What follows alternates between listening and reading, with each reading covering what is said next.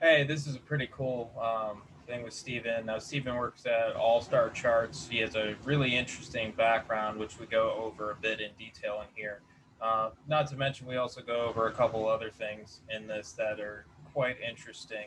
And mainly, I think the great thing to take from this is all of the updates on what he's thinking about the market right now, where we're headed, and where we're going to head up. So to definitely see more, you're going to want to follow All Star Charts and Steven as well.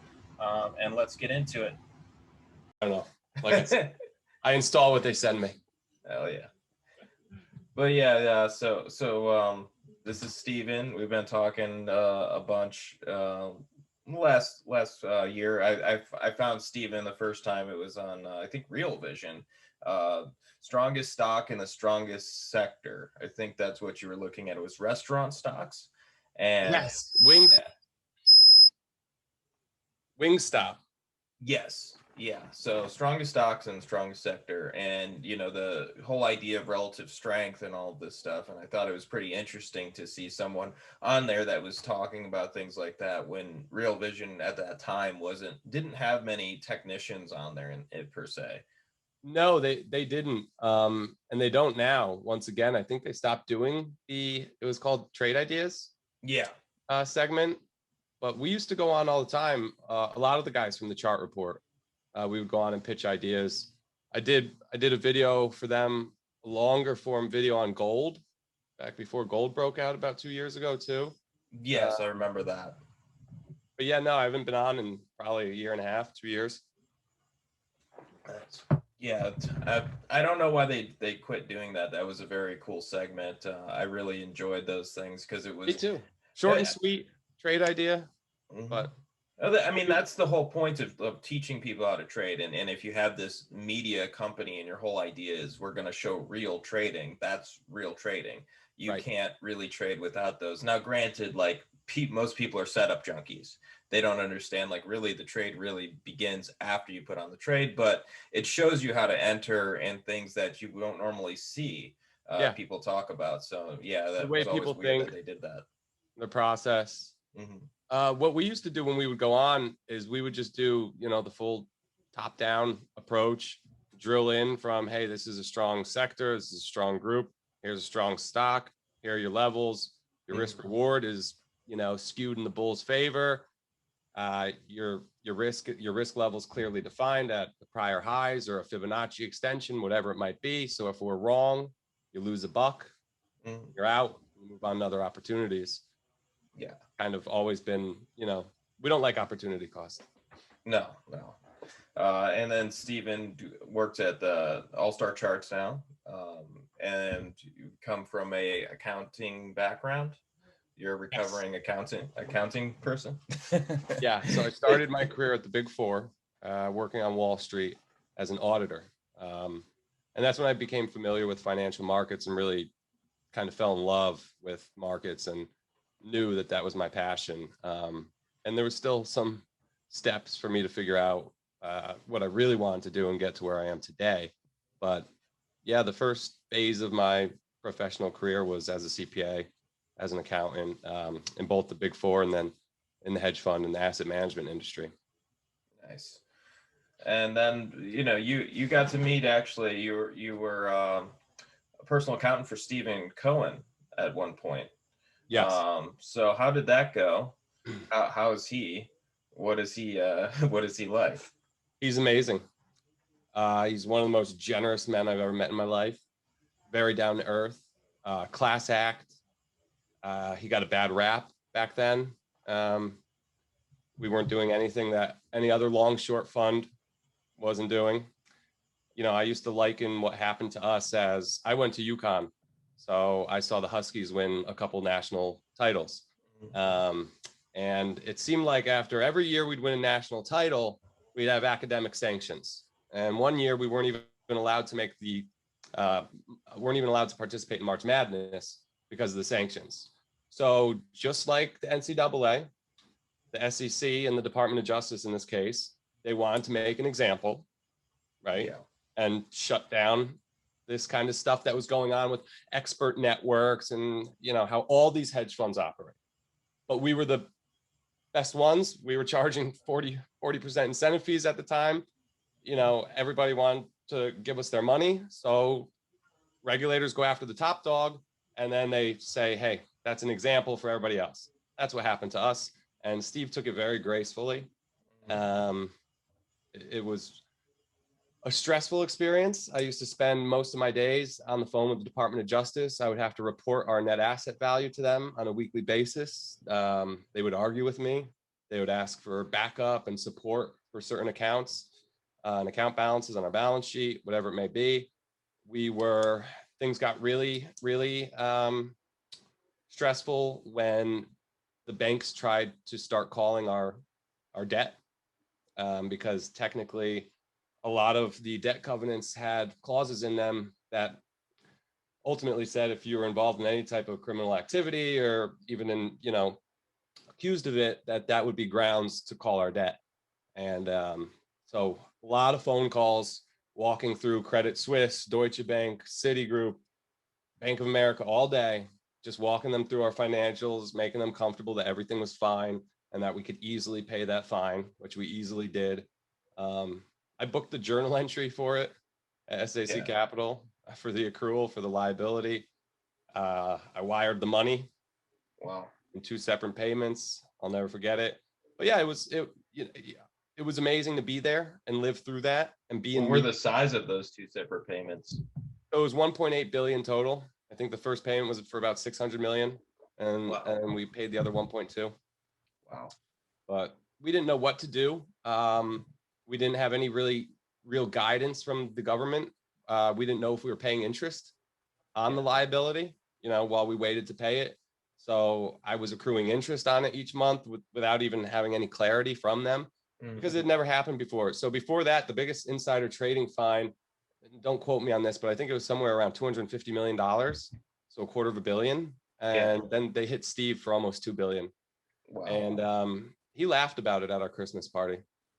They targeted him. They came after him. I think they didn't like him for some political reasons as well. I'll be honest. What were those reasons that you think? What's that? What were the reasons, political reasons? Listen, the government loves Ray Dalio. Absolutely. He's on all the economic councils. He's in all the politicians' pockets. Steve's just not interested in that, and sometimes you got to play the game. But, and he didn't do media much, right? You never saw him. When he would walk out of the office, we would have shutters that would come down so that the cameras outside couldn't even see him walk out. He'd walk out surrounded by security guards into his car, and for good reason, because there were cameras everywhere. I got followed to the gym one day by a PBS reporter. Popped out of the trees as I was walking into the gym. So yeah, no, I can't make this stuff up. So that was an amazing experience, and it was fun and great. And when I say he laughed about it, he did it in a very classy way, like at our Christmas party. Employees were scared. People were leaving, Yeah. I was scared. Your recruiters were basically calling you and emailing you saying, hey, do you want a black eye on your resume for the rest of your life? You really want to be Steve Cohen's personal accountant? Subpoenas were coming in for my bosses, right?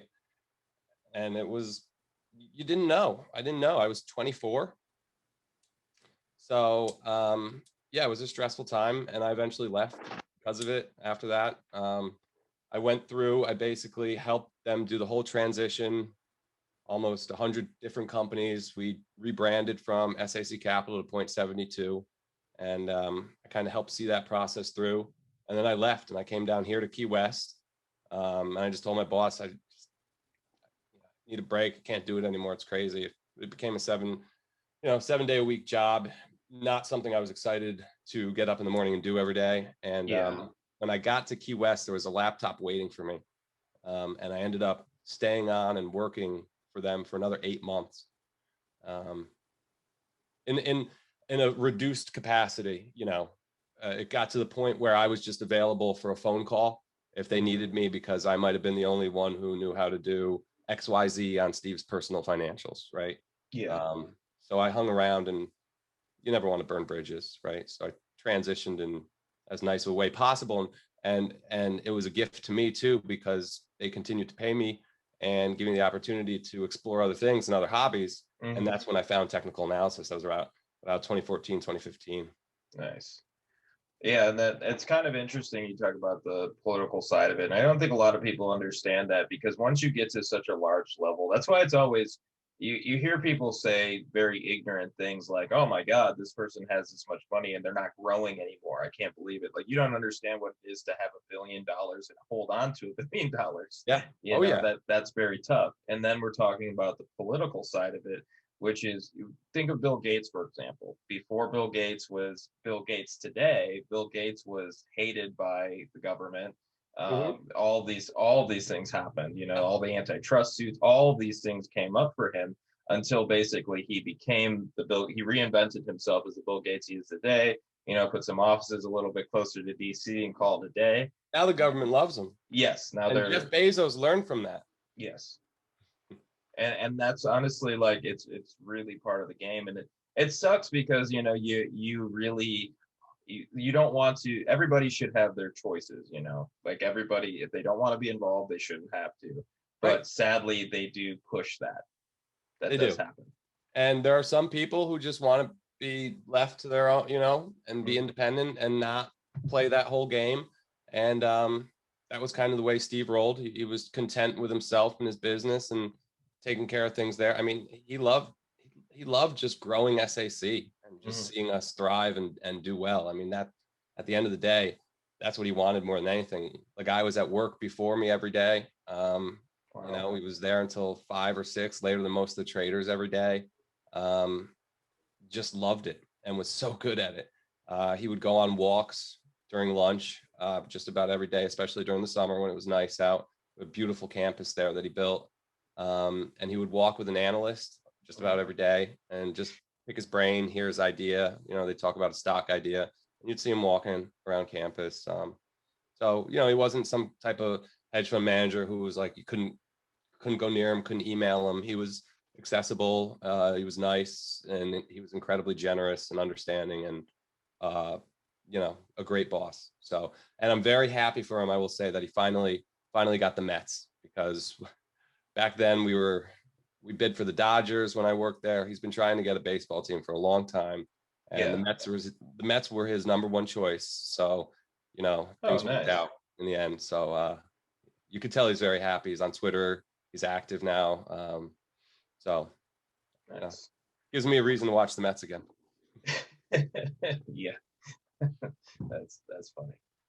That's But yeah, so you getting to this point of, hanging out, doing this, working with SAC, doing all these things, where did you start from? Did you went to school, you did this, that, how did you end up all the way there, at only 24? So I started out, I was hired by Deloitte after my junior year of college. So that made senior year pretty fun and easy. I started with Deloitte in September of 2010. I was working on interactive brokers. There was a lot going on back then. We were, we were just thawing out from the financial crisis still. We had a flash crash in 2010 or 11. Had a pretty rough flash crash in 2010, which hit the brokers pretty hard, especially the market makers, which interactive brokers back then did have a market making division. They no longer do. It was called Timber Hill. They spun it off, I believe. So I was early promoted to audit senior at Deloitte in my second year. Basically, they needed somebody who understood the brokerage industry and the securities industry enough to run the audit for Virtu Financial, which was really one of the first algorithmic traders. They were a high frequency trader. They called themselves a liquidity provider. When you hear liquidity provider, that's just a nicer way of saying we're a high frequency trader. Yeah. Um, and my experience there was wild. I managed a team of about 10 people when I was 23. We were down on Madison Ave. Used to have to take a car into the city, take a car home every day. I was working from 9 a.m. to 2 a.m. just about every day, getting home at 3:30. Hopefully there was no road work or construction on my way home. I was living in Greenwich. I wasn't living in the city. Um, so the commute wasn't fun, but boy, was it a learning experience. Met some really interesting people there. Also, some really, heavy hitters on Wall Street. Vinny Viola was the founder of that company. Doug Sifu is pretty popular. They're out there. They both also own sports franchises, so that was always cool. But I learned a lot there, and that's when I really found a love for markets, just auditing all the derivatives. You know, I used to work on the FAS 157 tables. Gosh, I sound old. I think it's called. They changed it to ASC 820 is the auditing pronouncement, and I think it's even different today. So, but really, what it is the bucketing and the leveling of financial instruments based on their liquidity. Yeah. Um, and you know, that's when I really learned about derivatives and how to price them, how they work. I used to dig through transaction statements, daily transaction statements that were so big they would crash our computers. The company didn't know how much money it made a day. They couldn't tell you. There were just too many transactions going off. What they would say to us is, "We know we're not losing money, so that's Yeah. good, but you know, you need more than two accountants probably if you want to go public." So Yeah. saw some interesting things in public accounting, which later on in my life kind of opened my eyes to when I really started trading and went off on my own and said, you know, I'm not going back to the accounting industry and whatnot. I'm just going to do this thing on my own and trade. I learned the hard way that, you know, you could be a great accountant, you can understand fundamentals, you can read financial statements like a second language, but at Mhm. the end of the day, people lie. Mhm. So you're really taking a huge leap of faith just in making the decision to be a fundamental analyst because you're relying on the fact that the starting point for their discounted cash flow models or whatever they're doing to price out EV to EBITDA, however they're pricing the security, right? They're relying on assumptions that are provided by the company and that are audited by hungover 21-year-old kids who just graduated college and Yeah. really have no clue about the industry that they're auditing. And that's just how it works.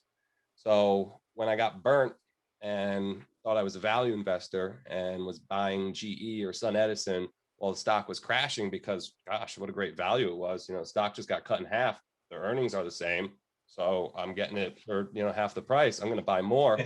Yeah. Stock keeps plunging. Finally, you know, it comes out that, oh, our earnings were wrong. We didn't earn $2 a share. We earned one. That's a big difference. You Yeah. know, they restated earnings. And I just saw that over and over and over again throughout the years. Any value stock I was in, it was only a matter of time until I found out that the assumptions I was basing my thesis on were just false. It's not always intentional. A lot of times it's just bad accounting. Sometimes they call it creative accounting, right? Other times Mhm. it's straight up fraud. In the case of Sun Edison, it absolutely was. They were just lying about their cash. Yeah. They were treating cash and cash equivalents as if it was available when it was earmarked for projects. And they were really insolvent for months. And the market sniffed it out because there's people smarter than me who have more money than me who probably knew that and were talking to people and had some better information than I had. And it was very much reflected in price. And in hindsight, it was obvious. And that's when I really realized, okay, risk management is everything. And there's no way to manage risk as a fundamental analyst. And that's when I really just buried my head into the technical analysis books. And I think that summer, I read the entire CMT book list, the original book list. And that's one of the best things I've ever done for my career. I recommend anybody who's interested in technical analysis to go and find the original CMT book list, not the current curriculum, the original one. Read every book on there, and you're a technician. Yeah, and that's very important because you have to study, you have to understand where it came from, how it evolved. And honestly, you know, you can go and you might agree or disagree with me on this, but you could go back to some of the early technicians and you can find better stuff with the early technicians than you ever could in the new books today. And I fully believe that because it's to me, there's timeless lessons in a lot of those Right. that most people just overlook or downplay or something. But the timeless lessons of here, I mean, even just solid breakout points, you know, not a trend line, just a solid breakout point. There's something that's really simple and it just works.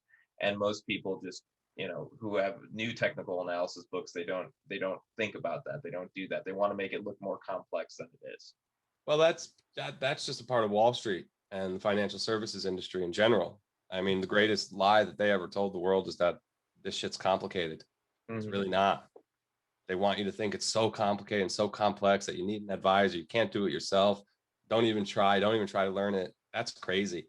I love the digital revolution right now. It's totally flattening the playing field for everyone. You know, information is being disseminated to all of us pretty much at the same time. You know, some people might get it a few seconds earlier, fine, but it's much better than the way it was. And it's democratizing things, and it's incredible.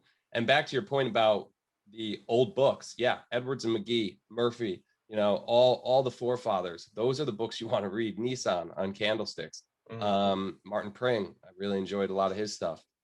Yeah. But the reason why those books are still so relevant is because all technical analysis is a study of human behavior, right?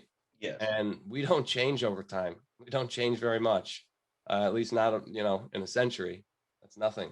So we're still making the same mistakes today that we were back then. Another great book is Extraordinary Popular Delusions and the Madness of Crowds. It's a must read. It's just incredible. They dive into basically case studies about bubbles and, you know, herd behavior, irrational behavior throughout history. They do a real deep dive into the Dutch tulip bubble back in the 16, 1700, whenever it was. I got to tour the Dutch Tulip Museum last year when I was in Amsterdam. And they have overlay charts of Bitcoin and tulip prices, showing how Bitcoin in 2017-18 just went up like a vertical line, and they were comparing it to tulip prices. It's interesting. I don't think it's going to end the same way, but you know, bubbles happen, and they're not always a bad thing if you have risk management in place, right?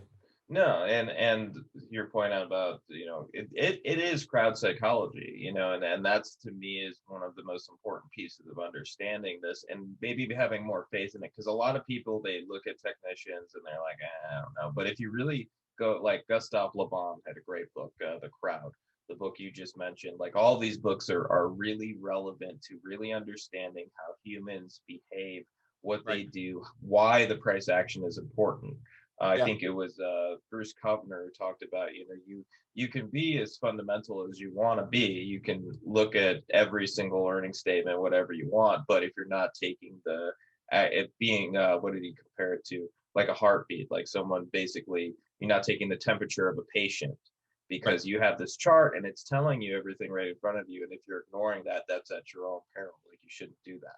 It's funny because when I asked my buddies at, you know, I have a very good friend who still works at, you know, one of the hedge funds I used to work at, and he works for one of the fundamental research groups there. And I say to them, you know, do you guys look at charts at all? Do you use technicals at all? No, never. We don't use technicals. So I say, so you never look at a chart. You don't open the chart up. No, well, we look at the chart only when it comes time to execute. Okay. So you're not using technicals, but you pull up a chart when it comes time to make the most important decision and execute a trade. There's a lot of people out there who are technicians or are using technical analysis. They just don't know it or don't like to admit it. I agree. A lot of the most famous hedge fund managers of all time are closet technicians. No, I agree. And there's a funny one where I work with a guy who, so I basically said, hey, you know, he wanted me to write something. I said, hey, just so you know, like, you know, price action is everything for me. I'm not going to do anything based on that. I said, I can write what I'm thinking if you really want, but nothing's going to mean more to me than, you know, the price. And he goes, well, you know, he's like, we honestly hire people from time to time to do just that.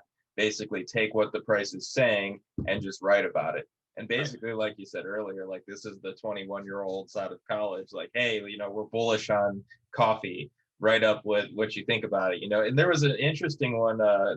Peter Brandt talked about it. You know, he talked about that in the New Market, was the Peter Brandt bullshit factor, which is the reason why he named it factor trading, because he's in the 70s when he transitioned from, what was it, advertising and into go ahead.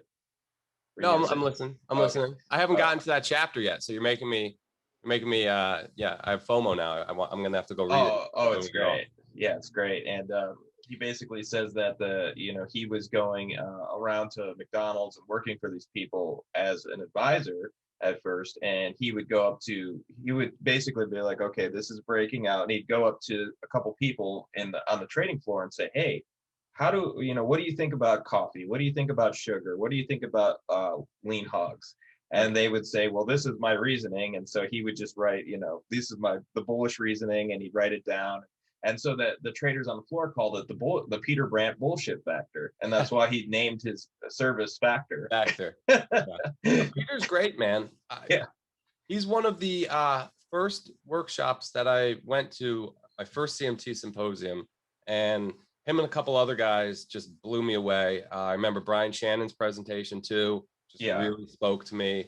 Peter's, he's very big on closing prices, horizontal, support and resistance lines, which are two things that I'm very big on myself. He's just a traditional pattern breakout, pattern analysis type of guy. And I really enjoyed his presentation and getting to meet him back then. Yeah, and that's such an important thing. Those basically he makes everything so simplistic. And I think that's the one thing that so many traders miss, is that you can really take everything down to this very simplistic level. You have horizontal lines that you're breaking out. You're just doing, and honestly, like at first, like that's what I tell everybody if they ever ask me, hey, where would you start? And it's right there. Looking for horizontal breakouts, looking for, ascending triangles, like whatever, as long as it's not, you're not it bounced up a trend line, I want to buy, things like that don't work that well. Right. Breakouts do. So the way that I always put it is the difference between a horizontal support or resistance line and a diagonal support resistance line, right? A trend line, is simply that the trend line doesn't have price memory. Okay. The price memory moves, right? You can't say 36 is the level. No, every day it's different. When you have a horizontal support and resistance line, you have dead bodies at the prior highs, right? Polarity can really play out its role in full effect. And diagonal trend lines can't do that. And I think for that reason, you get less explosive moves. They're less reliable. Give me a horizontal breakout, please. I love big bases, breaking out into empty spaces, above the prior highs, blue skies. And then from there, we're looking at fib extensions, and it works. No, that's a great way. Iron space. That's a great way of putting it. And yeah, I've never actually heard anybody put it that way. So that's phenomenal, because it's true. It doesn't have a memory, and that's why you don't get the same reactions from it.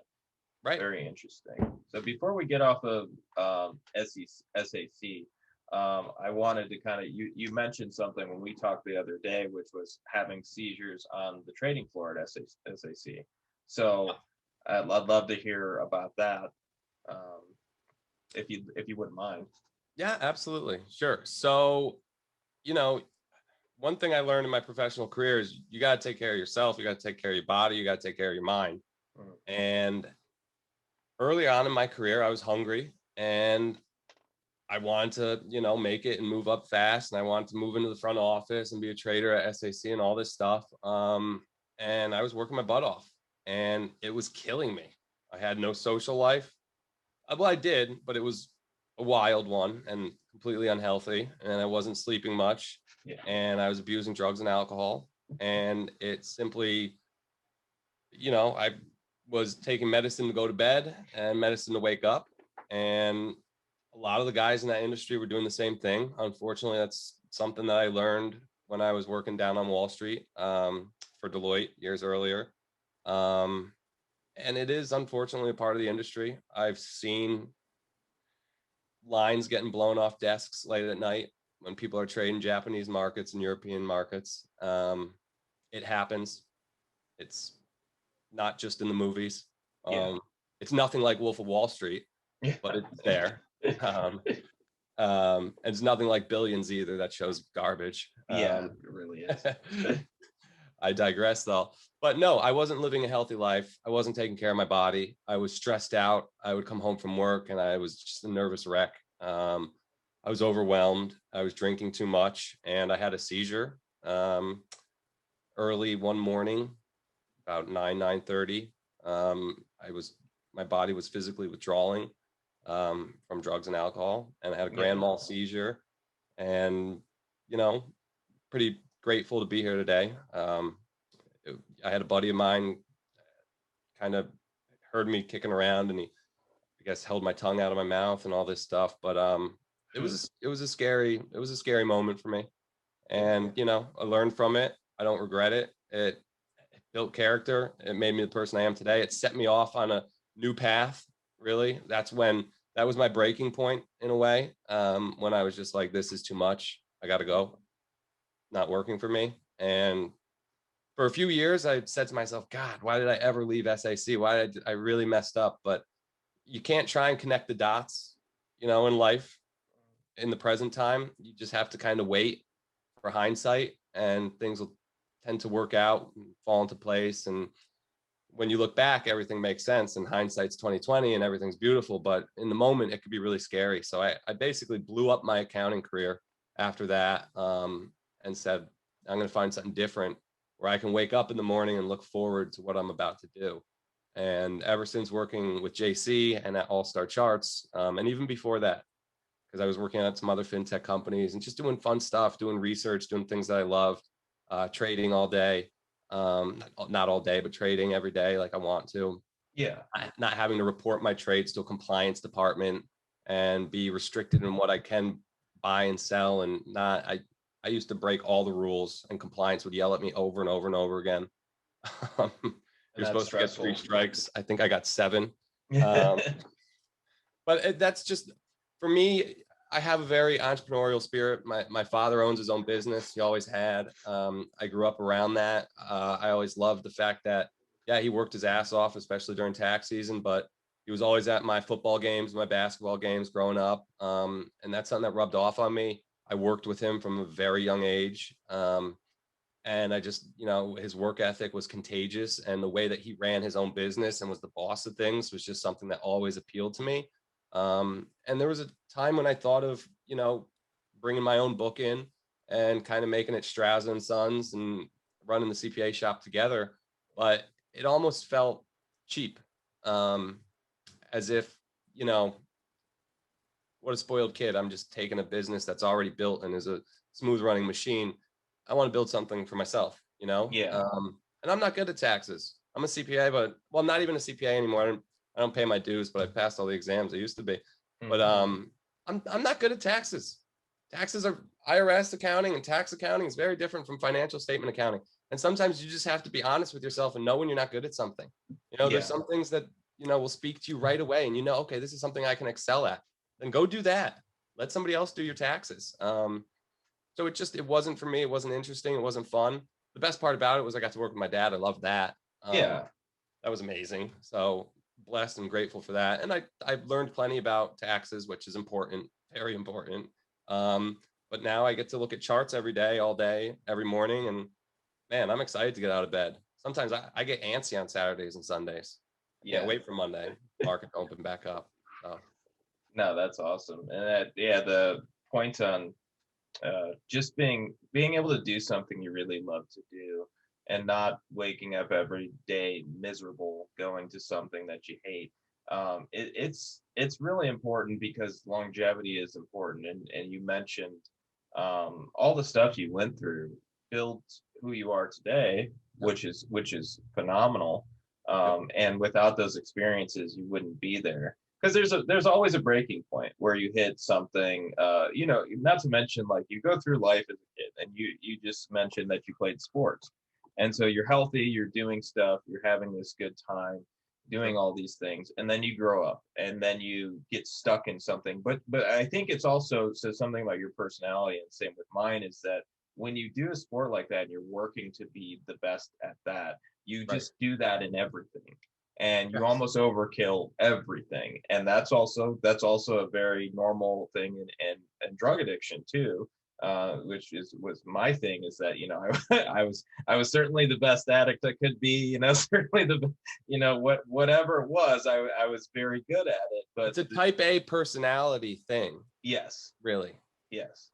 And you end you up do there everything easily. and you do it to the extreme. Yeah. And I do that with work, but I also do that with other things that aren't healthy. So once you get to know yourself, you know, I know I'm my own worst enemy. I know that if I just keep Steve under control, I can do great things. But that's what I have to focus on when I wake up every day. That's what we talked about. My quiet time is just keeping my head settled, making sure everything's right, all's good up here, and then I can hit the computer and hit the desk and make everything good there. But And what is this there? comes first. What is there in the world to learn more about yourself than trading? You know, there's nothing in the world that you really learn more about yourself than trading. I mean, I have meditated and I've done all these trips and all these things to Yes. try to learn more about myself. And trading, you learn the most about yourself, because that is the key, really. When you read the Market Wizards books, because people always read those and they always go, these guys aren't telling the secrets. Like, no, they have said everything. And it's really the one thing that brings them all together, which is discipline. They all have this discipline about all these things. And that's really the missing step in most traders, is that your mental discipline, your physical discipline, and then also your financial staying power. Right. And it's really important to have that mental discipline, or nothing else is going to work out. Mhm. It really is the foundation of your trading, you know, trading career. So the other thing I would say on that is just that I totally forgot. I had something to say. Take your time. Oh, so back to what we were talking about, doing what you like, right? And Mhm. you wake up too many days in a row and you're dreading going to work. It's not healthy. You're going to come home miserable. It's a toxic cycle. It eventually can blow up in your face, right? And be destructive. So for me, finding what I liked was amazing, and then doing that. But then I also learned, if you're ever going to do truly great work, you have to really like what you do, right? Yeah. Otherwise, you're not going to put in the extra mile. You're not going to take it the extra step. You're not going to work Saturday and Sunday. I work Saturday and Sunday. I don't know if it's work, but I'm looking at charts every day. I Yeah. don't call it work, but that's my job to look at charts, thankfully, you Yeah. know. And I can really excel at what I do now because I don't view it as work. I couldn't sleep last night. I was up at like 3:30. I hit the desk for a few hours, was running some scans, looking at some, cool stuff. Went back to sleep 4:35. That's, if I can't sleep, I'm looking at charts. I'm not watching Netflix. That's what I want to do. So, and then it helps my career. It helps me research and write for All-Star Charts, and it Mhm. helps me as a trader. So, Nice. And yeah, speaking about that, so you mentioned before we got on, and I said we got to start recording because you were saying some really great stuff about the commodity super cycle, and mm, you mentioned that at All Star Charts you think that we're in the early innings of this super cycle still, yeah. and so could you elaborate on that a bit? Like what did you see that says we're still in the early innings? So there's been a lot going on, right? And you've heard the media come out with the inflation narrative Mhm. really hard past few months, and that's really when things started rolling over in mid-May, early May, and you saw cyclicals get hit, commodity centric assets get hit across the board, just pro-cyclical commodities. But what we learned when we look throughout history is that the price action that we're seeing right now is just classic standard early cycle behavior of a new commodity super cycle. So lumber often is the first to leave the station and go. Actually, gold really is, but then the lumber will be the first pro cyclical to go typically, and it'll also be the first to top. It usually peaks out on a relative basis very early in the cycle, and that's what we're seeing. We're also Sorry seeing to cut you copper. off 1 second, but I want to go back to gold Yeah. because you mentioned gold as part of the study, and I did this too. And one of the first things they ever came out with, which was talking about the gold cycle being a leading indicator of the commodity cycle, Yes. almost a 10 to 18-month lag. And And that's so exactly gold what we starts to break saw. out. Yep. And that was in 2019 when you talked about that. You were talking about that breakout Yes. on Yeah. Real When I was Vision. on Real Vision, that's when it really started. And then it went sideways, Mhm. and you saw the rest of the commodities market pick up the slack. That's exactly how it's supposed to work, really. If you look throughout history, there's some adage, I think it's gold rings the bell, copper answers the door. It's something like that. You have to look it up. Yeah. But and it's what we're seeing. And just like we were talking about too, precious metals have cooled off, which we would expect them to. It's really the risk on commodities that are shining right now. You saw ags take off like crazy. If you look at copper, sure, it could look scary right now. We could draw a nasty failed breakout at its, I think, 2011 highs, right? But if you look at steel or any of its other base metal peers, incredibly resilient. So what we'll do is we'll equal weight all of the industrial metals, steel, copper, rebar, iron ore, whatever, all of them. And our equal weighted index is making new all-time highs still. Yes. So copper is very important. Don't get me wrong, but there's more than just copper out there. And when we look beneath the surface at what else is going on within the industrial metals complex, things are fine. They're healthy. Listen, if you're going to rally in a straight line higher for 12 months, you deserve to cool off. Yeah. You just ran a 5-minute mile. I think you deserve a break. Yeah. And that's really what we're seeing in all of these is that, and for me, what goes on is, I go on Twitter to just basically talk to some friends, but also I see a lot of sentiment data, and everybody's going, it's great. It's great for that. It's great. Everybody, and I know most of these people have never traded a futures contract, and they don't look at all of them. They're certainly not looking at them broadly like you are. So when you see that and they're all, this is over, this is the end, this is it, and you're looking and on my right, so basically I have my screens, and on my right screen, I'm seeing all the commodities trending up still, and I'm like, there's still like, all these things are doing well. And even if you look at copper, it really doesn't look that bad. No. Honestly, it still looks very healthy. I haven't even gotten, so I have many different systems, but one system is my main trend system, and all those things are still in a primary uptrend. Right. And so it's just crazy to think that's over already. Like the Fed's going to come in there and basically start producing copper or oil or something. And not to mention, let's talk about oil and energy. We're saying pro-cyclicals cooled off and all these things, but energy and oil have just, said they buck the trend the entire time, and they have continued to move up higher. Yeah. So I'm pulling up my chart book now. Excuse my typing, but if you look at gasoline, look at that breakout above the 2015 high, 2018 high, which is that 2018 high is incredibly important for commodity markets. That's when global risk peaked. Yes. Back in 18, before we started going sideways for a few years. Okay, that's a key level. So when you see gasoline futures, RB back above that, whatever, 220 level, call it, if it holds there, that's a breakout. That's a valid breakout. Right? Prices are going high. Then if you want to look at heating oil, you're seeing the same thing. Maybe not as nice of a breakout, but still, it's a nice base breakout to new multi-year highs. Go ahead, look at crude. Sure. Is it at our target of 76? It's a near-term target, but it's there. At the same time, it still looks great. I don't see why it can't just consolidate here and then carry on higher. When you look at XLE or, any of the equities, the signals that you're getting from there, we're watching that 55.50 level in XLE, the large cap energy sector spider. It had multiple lows, key troughs there in December 2018, August of 19, September, October of 19. Then you saw prices plunge from there during the COVID sell-off.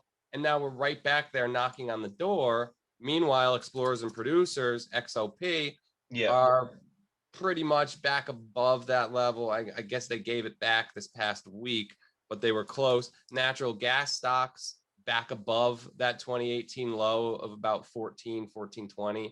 Yeah. So it's all kind of coming together. And what we do is we weigh the evidence, right? So when we're thinking about energy markets, we're not just looking at crude oil and ExxonMobil and Chevron. We're looking at crude oil. We're looking at heating oil. We're looking at, RBOB. We're looking at Brent. We're looking at ethanol.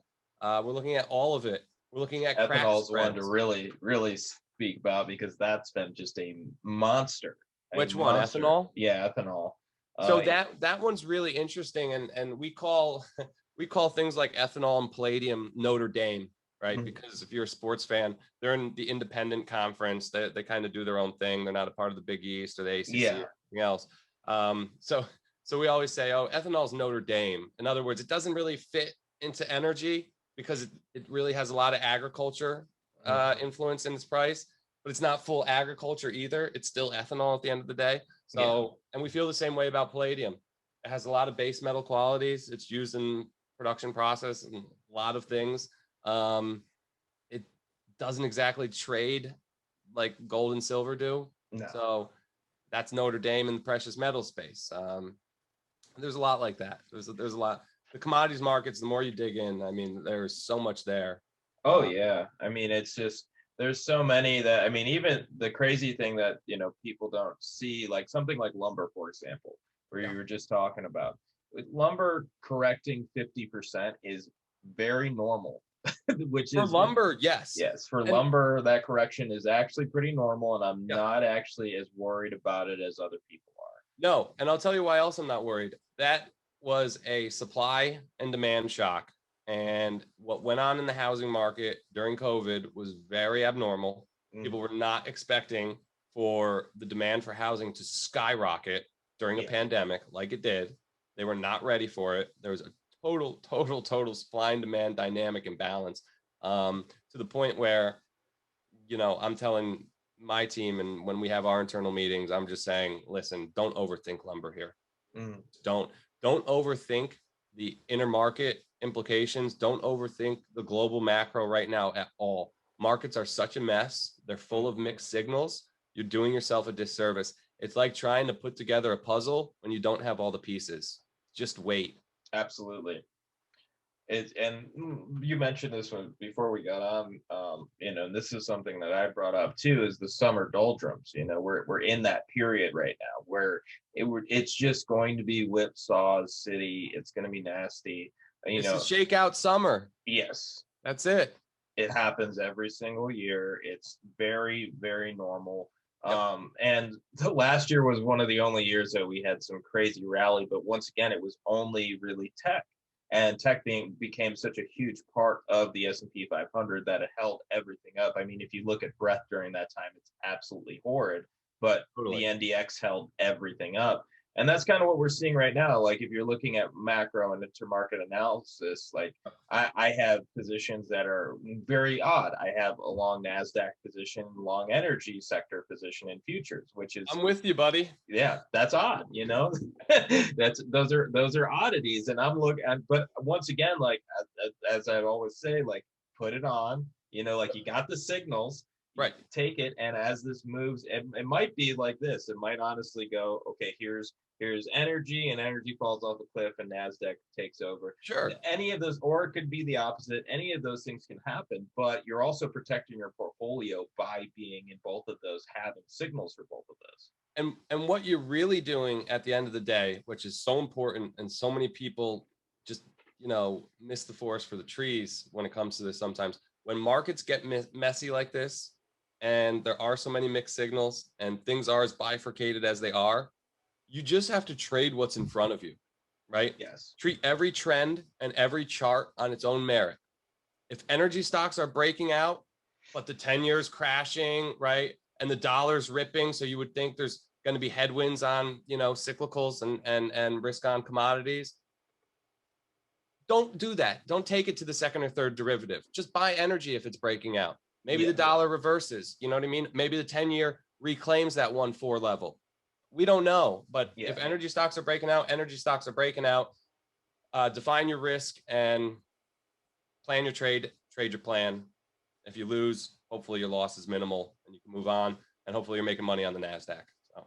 Yeah, and that's, it's important because above all else, we are risk managers. That's really the point. With your own portfolio, you have to manage the risk. Yeah, and you have to be open to anything happening. Now, personally, do I think that the NASDAQ is going to be the major outperformer? Not exactly, but it could be. Anything is possible. You have to understand that you don't know the future. And looking at things, everybody, I've loved this dollar trade this entire time. Maybe we could talk about this a little bit, which is the dollar basically breaks down. And, we basically got short anything, and we're long commodities. We're very interested in that trade. And you have this huge thing breaking down, and every time it stopped, it was the bottom, and everybody, it's the bottom. Buy the dollar's going to crash everything. Everything's going to crash and tank, and the dollar's going to rally to new highs, and then it falls again, and then it stops, and it's the same thing over and over again. And that it's was like one of the most frustrating trends for the past few years. Yeah. Dollar. And for me, it was I understood I won't say I understand. I watched the charts, and I feel like the cycle turned into if the dollar's ever going to move up, it's going to be short-lived. And as it's short-lived, it should continue down. And most of the time for me, if something's in a downtrend, it's just in a downtrend, and that's as much as I take out of it. It's in a downtrend, I'm going to continue to look for shorts. Or not exactly like I ever trade the dollar itself, but I usually, trading certain currencies, commodities, and so on.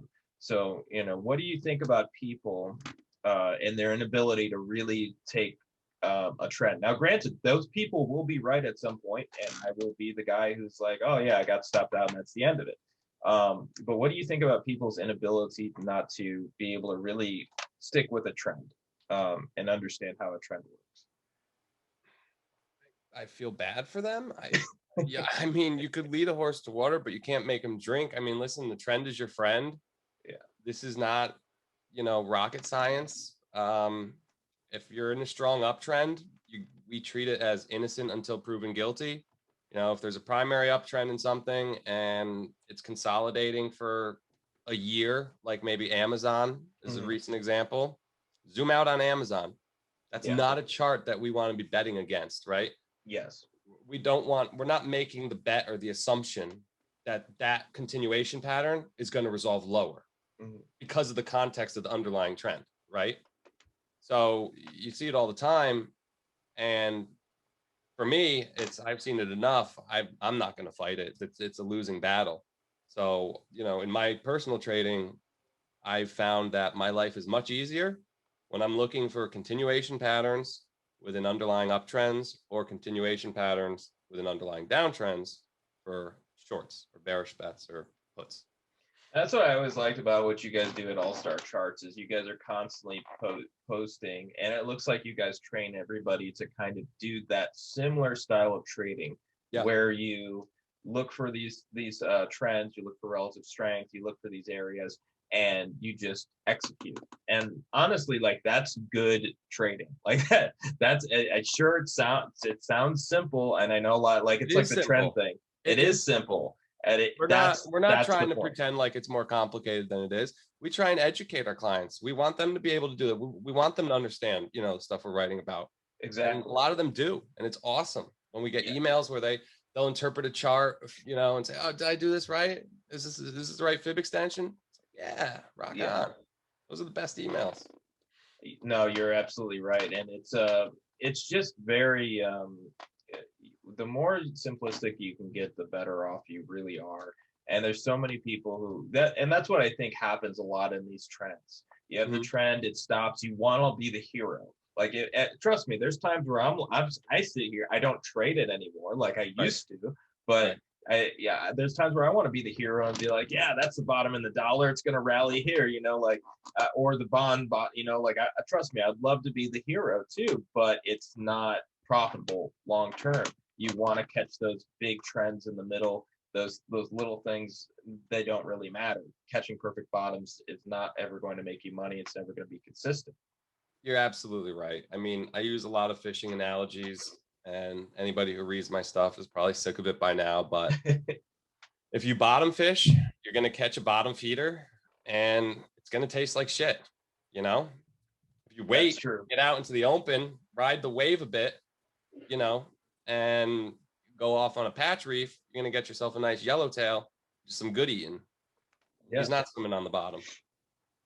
And it's so important because, you see that a lot with newer traders is, check this out, I bought this at a low, check out how intelligent I am, and I bought this at a low and I've nailed this trade, or check out this, I caught this perfect at support, something, and you're just like, man, we all get lucky sometimes. Yes. And granted, like, if you can do that once, sure, very happy, but it's never going to be consistent. And if you don't know how, the best thing that was ever told to me, and this was years and years ago, and some guy, I was learning how to trade, and I said, I made some money on this trade, but I'm not exactly sure how. And he's like, well, if you don't know how, you can never do it again. So, I mean, and to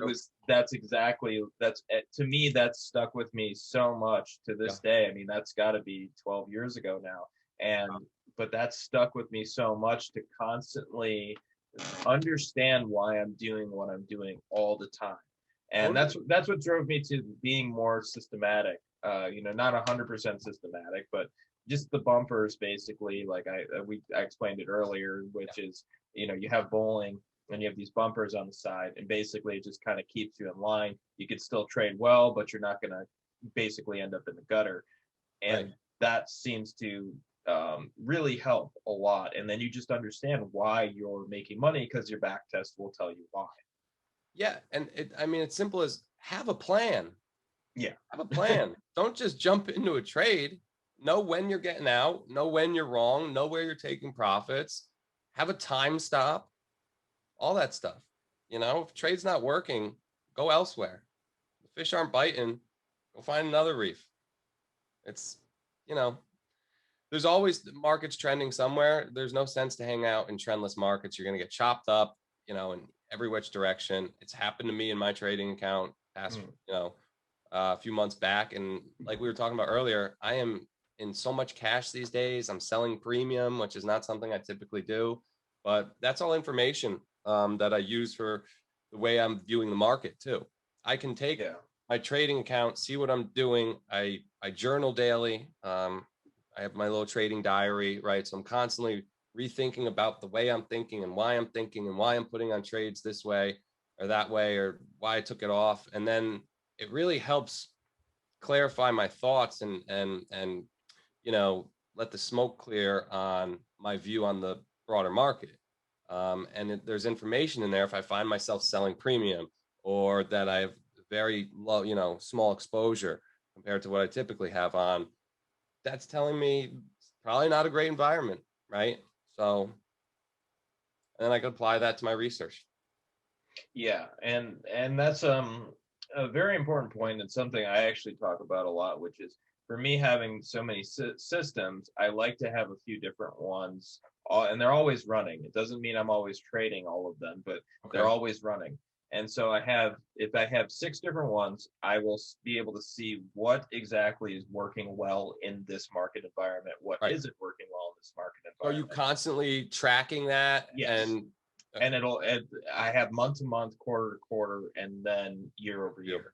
And then, so if you can basically, for me, that's been super helpful, because it'll see like, okay, some are normal. Okay, normally this is what happens. Sell premium, something like you're doing, and then you have this period, like basically November breakouts, any type of breakout. So I have 2 different type of trend strategies, which is volatility breakouts, tight, Bollinger Bands, you could say, breakouts, and then you have the just normal breakouts, like new highs, something.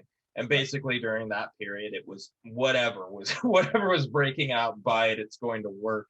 But once again, and then this is something I could talk to you about a bit, because the next level is the relative strength. So how do you go through that? How do you look for relative strength, and how do you end up to where you're going to buy a specific thing? So we always want to bet on the leaders, right? Basically, the way we look at it, and this served us so well, I think one of the biggest lessons we learned last year during 2020 is we've always been huge disciples of relative strength. And when I say relative strength, I'm not talking about RSI, the momentum indicator. I'm talking about price relative, simply plotting XYZ stock over the S&P or whatever peer group or benchmark you want to plot it over, and looking at the ratio chart, right? So that's simply telling you where the alpha is in the market, where's the outperformance. Guess what? Fund managers chase outperformance. You might as well be along for the ride. And what you're going to find is, say we're in a choppy market or a sideways market, you want to find the stocks that are outperforming the broader market while the broader market's going through a corrective phase or going sideways or lower, right? Because it's the stocks that are still working higher, God, if they're working higher on an absolute basis, great. But if they're working higher just on a relative basis, once that, that pressure comes off the market, right? It's like a beach ball coming at, it's like holding a beach ball underneath the water. And then once, the market conditions kind of ease up and the volatility passes, that beach ball comes popping up with a lot of momentum. That's where relative strength is. The best time to look for relative strength is right now, and get prepared for when the market does finally say, okay, green light, let's go. Then you have your names. Those are the names you want to be in. They're going to be the leaders coming out of this corrective period. Yes, absolutely. And you brought up a good point, which is you want to understand that during corrective periods like March basically March 2020, you had semiconductors, tech being the major relative. I mean, if you look at S&P, or sorry, SMH against S&P, it's actually moving up through that whole correction. And it said where it was going. Yeah, so we destroyed it in March and April. We flipped the book long on March 25th. You can go find the article. I think it was called "Taking Cues from the Qs." Mm-hmm. I saw that. Yeah. Triple Q 170. We said if it holds this level, we're going higher. Saw a nice shakeout move if you look at the futures, and price ripped higher off that. A classic little whipsaw move at the lows. And we ran a scan looking for relative strength late March, early April, and guess what came up?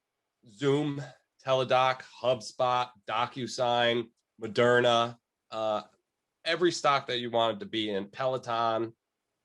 And we just rode these stocks all year. We must have put Zoom on 5 different times. Same with DocuSign. And those were the leaders. Those were the stocks you wanted to be in. It was the work from home stocks. And it was so obvious there. Clorox was one. Yes. So it just, it doesn't have to be that complicated. You run a quick scan. This stuff takes us 10 minutes. We have awesome analysts who do this for us. JC and I will often come up with the idea and say, let's run the scan based on, 2-month relative lows or 2-month relative highs rather, or the best performers since the market bottomed. We often pick key anchor dates, whether it be when market internals peaked. So back in January 17th, I think 2020 is when market internals peaked, not the actual indexes themselves. So we'll anchor from dates like that. January of 2018, when global risk peaked, we're constantly anchoring from that date. We want to know if assets are above or below their 2018 highs. That's an important watermark, an important support and resist level for a lot of risk assets. For the value growth dynamic, we're always anchoring to September 2nd, I believe, 2020, which is really when you saw that value growth ratio bottom out and move higher in favor of value. Now you're seeing it move back in favor of growth. But we'll anchor to these key, reversal dates or inflection points, really. And then we'll use that and track the performance or run our scans based off these key dates. And it's something that's really served us well. Yeah, and the other one being March is important, obviously. Probably one of the most important. We're even looking at February. We think that market internals really peaked in February. And you saw one incremental high in the indexes. You can look at small caps in March, and then it undercut that February high, and it's been just straight line sideways, choppy mess since then. And I think if you're going to see small caps break out, you're going to see the 10-year at least stabilize here, carve out a tradable low, and I would think reclaim that 1.4 level. Yeah, I really I'm in the camp, and I got stopped out of my bond short a while ago. That was probably back in April. But it was whenever I came to the Keys, actually. It's literally like I remember getting into the Keys, or getting off the plane, updating myself, be like, oh, I got stuff out of my bond short. Yeah, so when you get off a long plane ride and all your alerts hit. Yeah. Like, what am I flying for? Yeah. And then but yeah, so looking at that, March 2020, we see the tech, the stay-at-home stocks. And then you get to September, October 2020, and then that's when you see this move in the Russell. Energy even started to, that was a little bit into November. Yes. And then you have all these things kind of change, and that was, to me, was like such a major signal. Right. And I moved completely out of anything tech basically and moved into all that stuff, and that wasn't until recently where tech started to move again. So, but And once that was again, the I right think, move to make, because yeah, that was the information in front of you.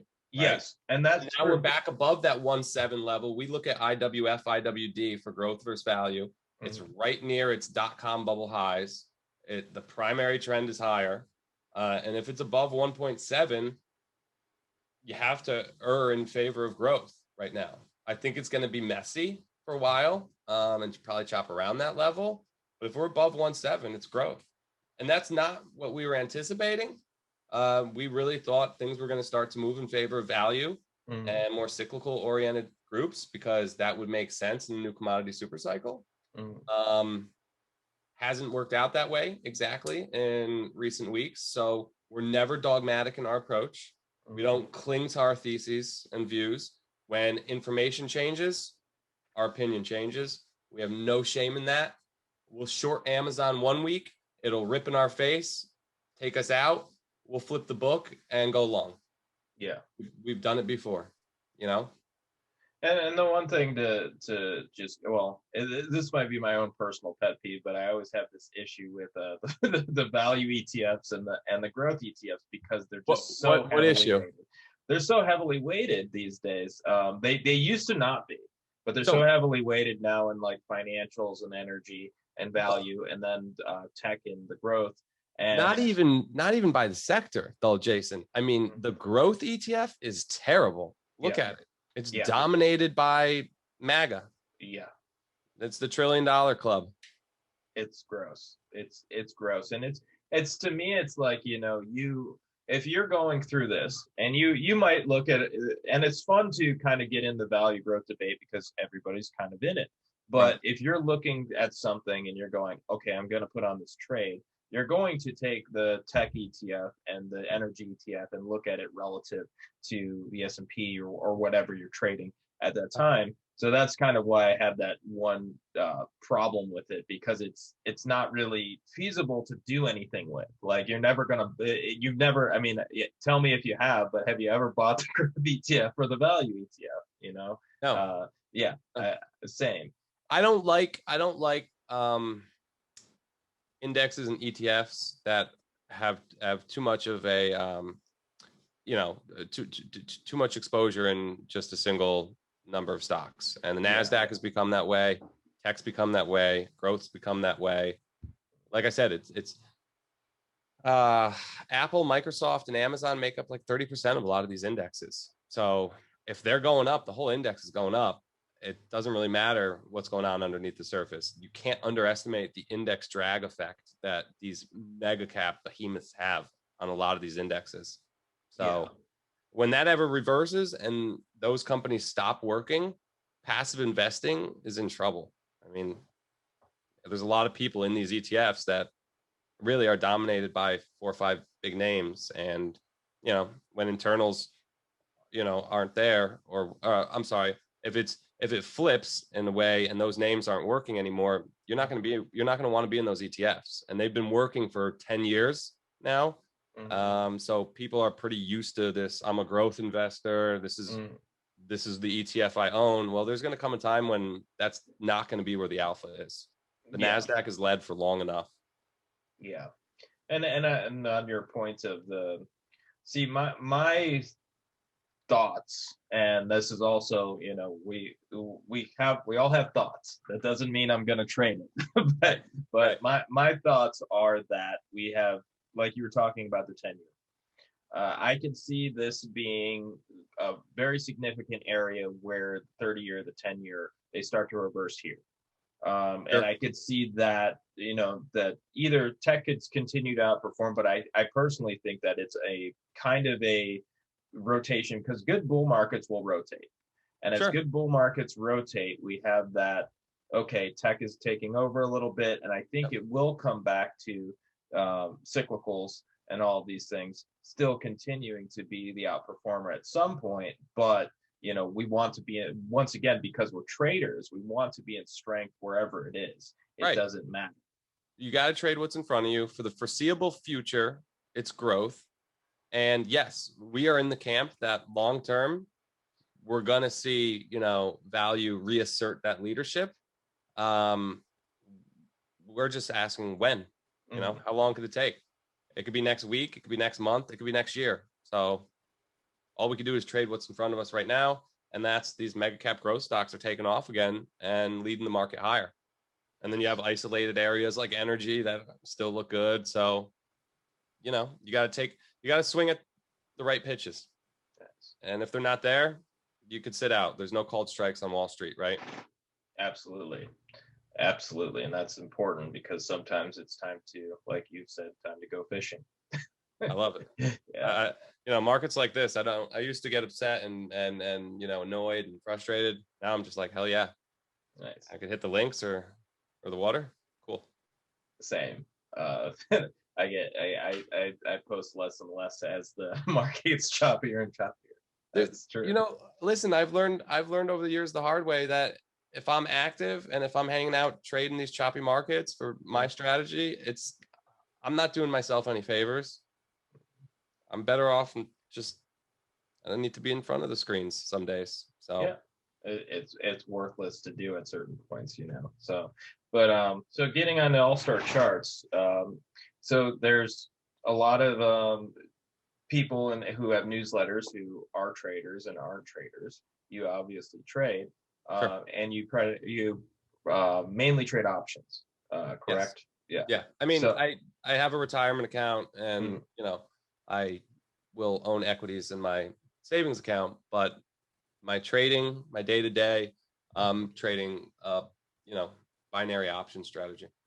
So with your recommendations on all-star charts, is that something that you're still, okay, I'm going to put out this trade on this stock, but then you're trading an option on it?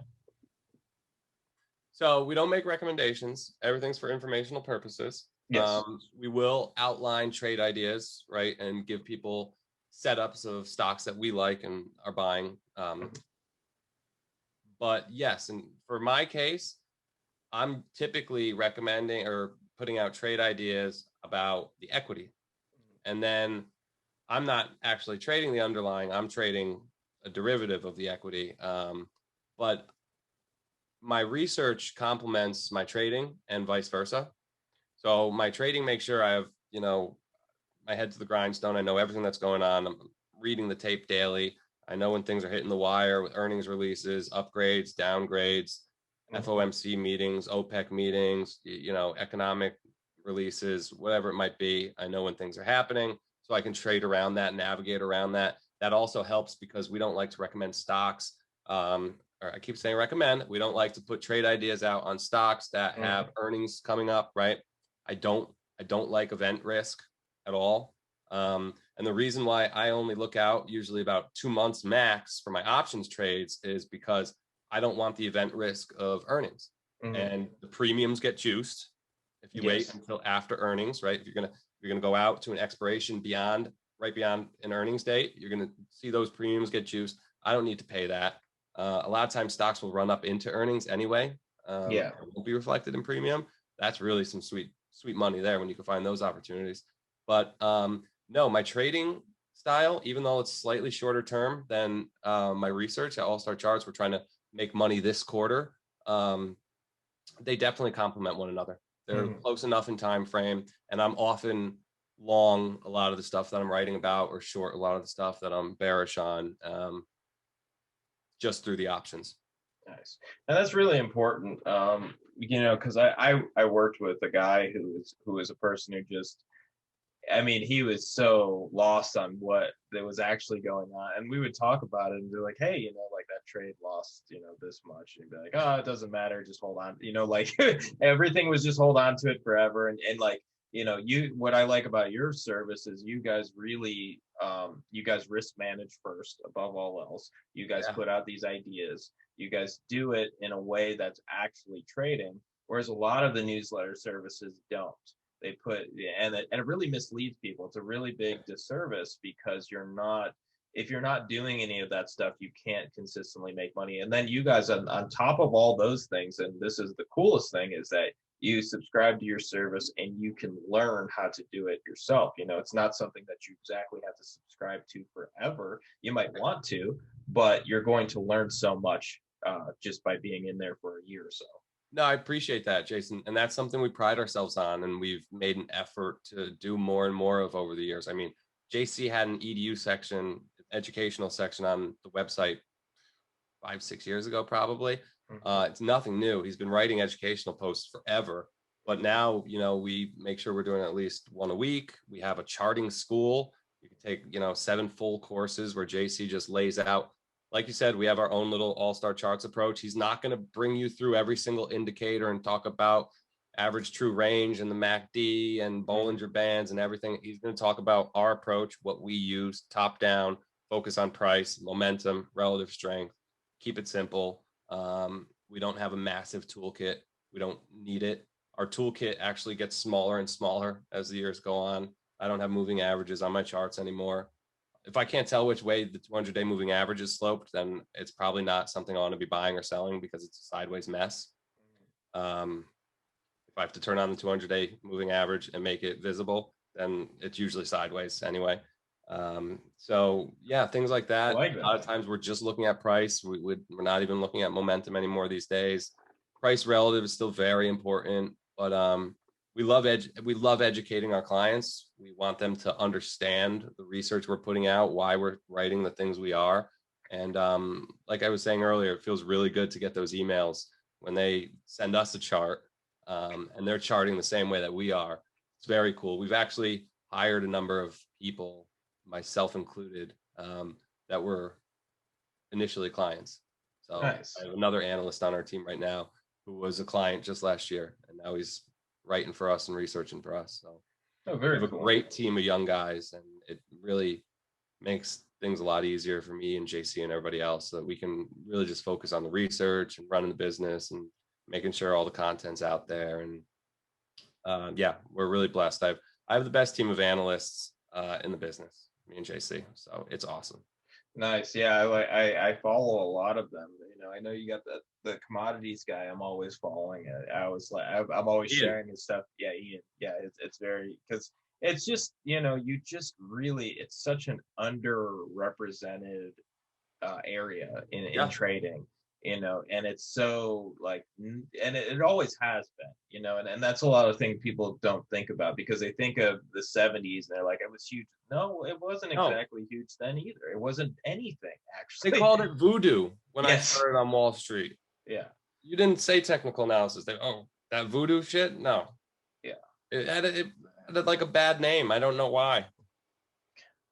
It's crazy, and it was a very bad name back in the day, and it's still to this day. There's still lots of people who don't think it has a place, but it's getting bigger as time goes on, especially now. I've noticed in the last year is the first time I've ever seen everybody, fundamental people, to asking me about, hey, where should I learn this, because I have to do this now. And you're seeing it on CNBC. You're seeing it, the media is all of a sudden, there's charts in the Wall Street Journal. Yeah. So it's a movement right now. Mm-hmm. The CMT Foundation and just technical analysis as a discipline in general is in an uptrend. Yeah. So it's really exciting to see more and more people adopt it and be more open-minded about it. Instead of this old traditional Wall Street, no, this is the wrong way this is the right way to do things. There's no right or wrong way. Everything's different for everybody. Speaking about technical analysis, and you brought up one point that I need to go back to, because I really use moving averages as a way of illustrating to others more than myself, Right. And so I'm wondering, what do you use on your charts then? How do you decide what's an uptrend, what's a downtrend? In terms of just moving averages?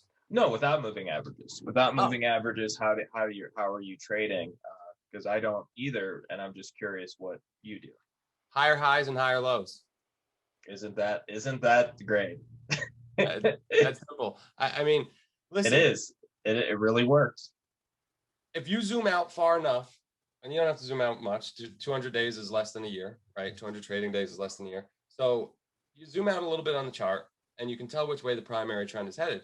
If you can't, right, and it's unclear, and you have to, I just have a little button on Optima where I just click it and make it visible.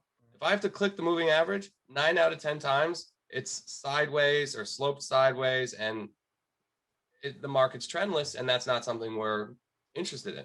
We're interested in things that have a primary uptrend or primary downtrend as a tailwind at their backs. For a sideways market, we have to wait until the range resolves itself to have a directional bias to trade in. So I just realized over the years that the 200-day moving average was just a random line on most of my charts that was completely unnecessary. And that's the other thing too, Jason, that we've learned, and I've learned from JC, is it's one thing to do great research and put out great content, but it's another thing to make it so that that content is aesthetically pleasing, or appealing, and easy on the eyes and easy to understand. If you have 8 moving averages and then, 3 stochastics and a MACD and your chart, somebody's going to look at it and say, what the hell am I looking at? And you're not going to reach that person. You're going to confuse them, and they're not going to want to follow you. And then you just lost a potential, somebody who could be a potential customer that could be interested in technical analysis. So really, the rule that we try and live by is, if you don't have to make a point about the indicator, right? So say RSI is just chopping around in between 30 and 70. It's really not doing much. It's not getting overbought. It's not getting oversold. I'm taking it off the chart because there's nothing to say about it, right? If there's a nasty bullish divergence in RSI at the most recent low and we have a failed breakdown, I'm going to have RSI in the chart, draw an arrow at the divergence, right, and point that out to people, so that they can really see why are they showing this chart, what matters.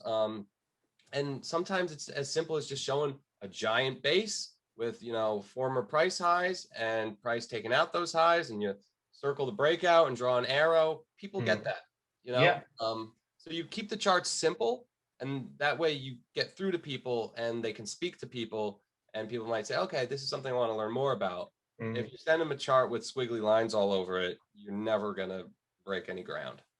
No, it makes sense. I did that early on, so I know firsthand. I always I think you know him because you guys in the chart report, Patrick. Patrick and we send things to each other from time to time, which are people who do things like that. There's a guy who's been doing it for probably, God, this is probably going back 10 years on Twitter. This guy, I think I know who you're talking about. I'll just say a Berg, but he basically has 10 charts up top, 10 literally 10 indicators, and then 50 different things. It'll be like a 1-minute chart too, and it'll be making this huge, this is short this here because it's gonna fall 50%. It's just like, what are you doing? But no, you're right. Bad, Jason, I'll tell you that. No, I agree, and it's really it's disturbing. And what's even more disturbing is that people really are like, oh, this guy's really great. I mean, I've had people share them to me and be like, this is really great. It's like, no, it just looks really hard, which is why you think it's really great. Right. It just isn't. He fooled you into thinking it's complicated and that he knows something you don't. Yes. No, Patrick's great. And working at the chart report too was just an incredible experience. I mean, Pat and he's one of my best friends. He was at my wedding. Him and a couple other buddies, we founded the company together. My early days, I loved my time at the chart report. Man, we had a lot of fun just building that out, building what it was going to look like. We used to write. We had a website. Ian McMillan wrote with us, Dan Gorkuber, Nick Marino, Patrick, Tom Bruni. We were all writing. It was fun. But then we realized, you know what? People really just want the email. They want it short and sweet. They want to know what the best technicians are talking about, not our take on what the best technicians are talking about. So we stopped doing that and really dumbed it down. And Patrick's done an amazing job at running it in time since. I'm no longer involved, on a day-to-day basis at all, ever since joining All Star Charts full time. But in the early days, we had a lot of fun. And just watching Twitter, we used to just pick through Twitter. You learn so much, and you meet people. I mean, Pat is a master networker. All these technicians, he can slide into their DMs, and he's really built, and I did too when I was there.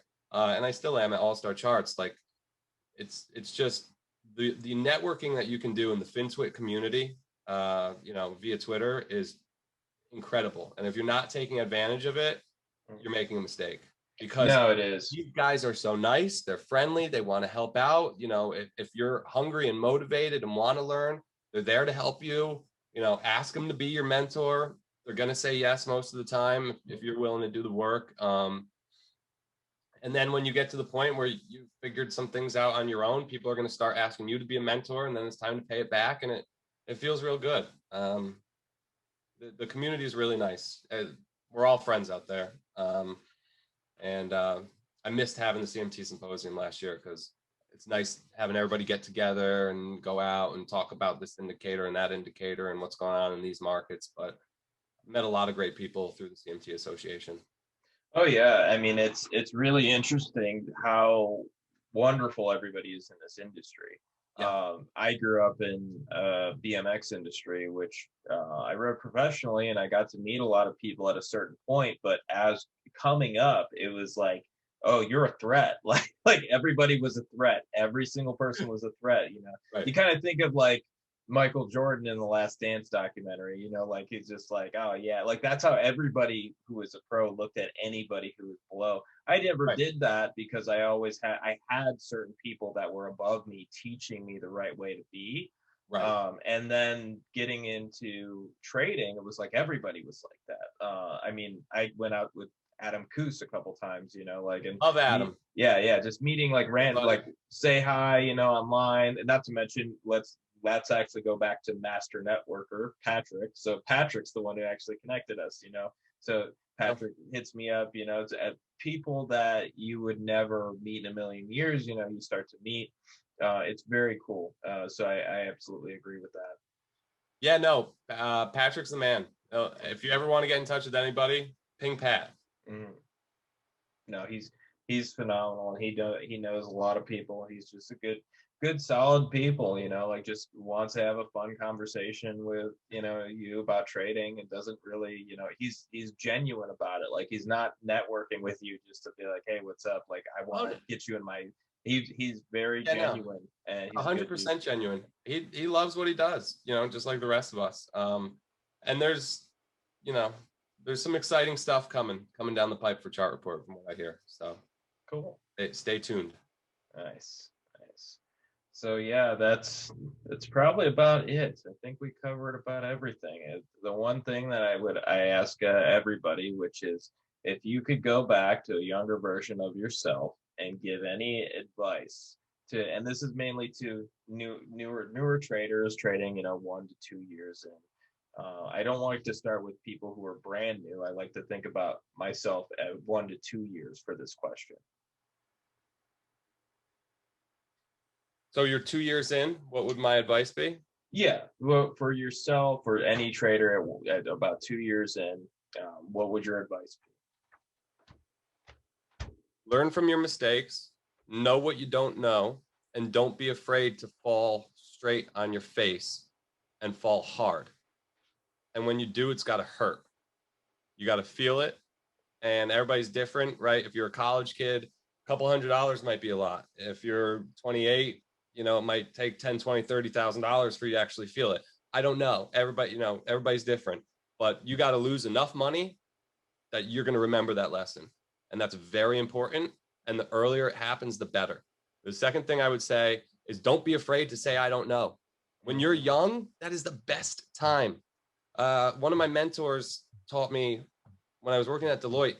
I had a great boss partner early on, and she said, truly intelligent people are not afraid to admit when they're not intelligent about something, because that's called learning, right? So say, I don't know, but that sounds interesting. Can you explain it to me? We're not a master of everything. None of us are.